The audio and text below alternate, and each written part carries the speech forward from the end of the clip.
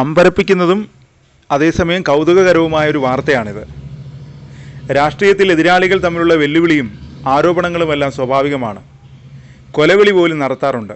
അത്തരമൊരു ഭീഷണിയാണ് ഇപ്പോൾ മാധ്യമങ്ങളിൽ നിറയുന്നത്. ഭീഷണി മുഴക്കിയത് ഫിലിപ്പീൻസ് വൈസ് പ്രസിഡൻ്റാണ്.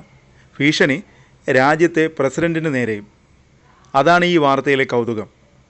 എനിക്കെന്തെങ്കിലും സംഭവിച്ചാൽ നിന്നെയും നിൻ്റെ കുടുംബത്തെയും ഞാൻ തീർക്കുമെന്നാണ് ഫിലിപ്പീൻസ് വൈസ് പ്രസിഡന്റ് സാറ ഡ്യൂട്ടർട്ട് കാർപിയോയുടെ പരസ്യഭീഷണി. ഒരു കൊട്ടേഷനെക്കുറിച്ചും സാറ പറയുന്നുണ്ട്. താൻ കൊല്ലപ്പെട്ടാൽ പ്രസിഡന്റിൻ്റെ തലവെട്ടണമെന്ന് തൻ്റെ സുരക്ഷാ ഉദ്യോഗസ്ഥനെ കൊട്ടേഷൻ കൊടുത്തുവെന്നാണ് സാറയുടെ പ്രഖ്യാപനം.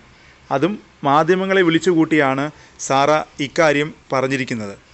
വെറും തമാശയല്ല പറയുന്നതെന്നും സാറ വ്യക്തമായി പറയുന്നുണ്ട്. ഇതോടെ വെട്ടിലായത് സുരക്ഷാ ഉദ്യോഗസ്ഥരാണ്.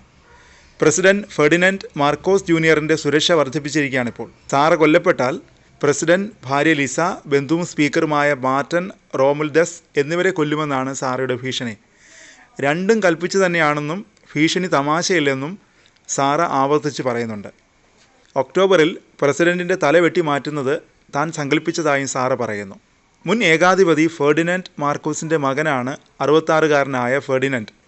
മുൻ പ്രസിഡന്റ് റോഡ്രിഗോ ഡ്യൂട്ടർട്ടിൻ്റെ മകളാണ് 45-കാരിയായ സാറ.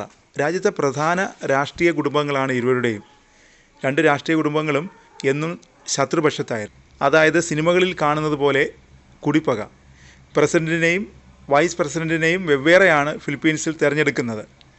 2022 മെയ്യിലാണ് ഇരുവരും തിരഞ്ഞെടുക്കപ്പെട്ടത്. എന്നാൽ പല വിഷയങ്ങളിലും രണ്ടുപേരും തമ്മിൽ അഭിപ്രായ ഭിന്നതയുണ്ട്.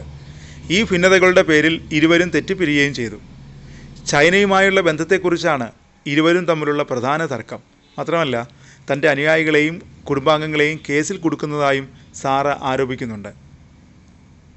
ജൂണിൽ സാറ ക്യാബിനറ്റിൽ നിന്ന് രാജിവെച്ചിരുന്നു. എന്നാൽ വൈസ് പ്രസിഡന്റ് സ്ഥാനം ഒഴിഞ്ഞിരുന്നില്ല. ഇതോടെയാണ് രാജ്യത്ത് രാഷ്ട്രീയ പ്രതിസന്ധി രൂക്ഷമായത്. സ്വയം സ്ഥാനമൊഴിയാതെ വന്നതോടെ വൈസ് പ്രസിഡന്റിനെ ഇംപീച്ച് ചെയ്യാനുള്ള നീക്കത്തിലാണ് പ്രസിഡന്റ്. ഇതോടെയാണ് ഭീഷണിയുമായി സാറ രംഗത്ത് വന്നത്. ഫിലിപ്പീൻസിൻ്റെ ഭരണഘടന പ്രകാരം പ്രസിഡന്റ് മരിച്ചാൽ വൈസ് പ്രസിഡന്റ് അടുത്ത പ്രസിഡന്റായി അധികാരത്തിൽ വരും.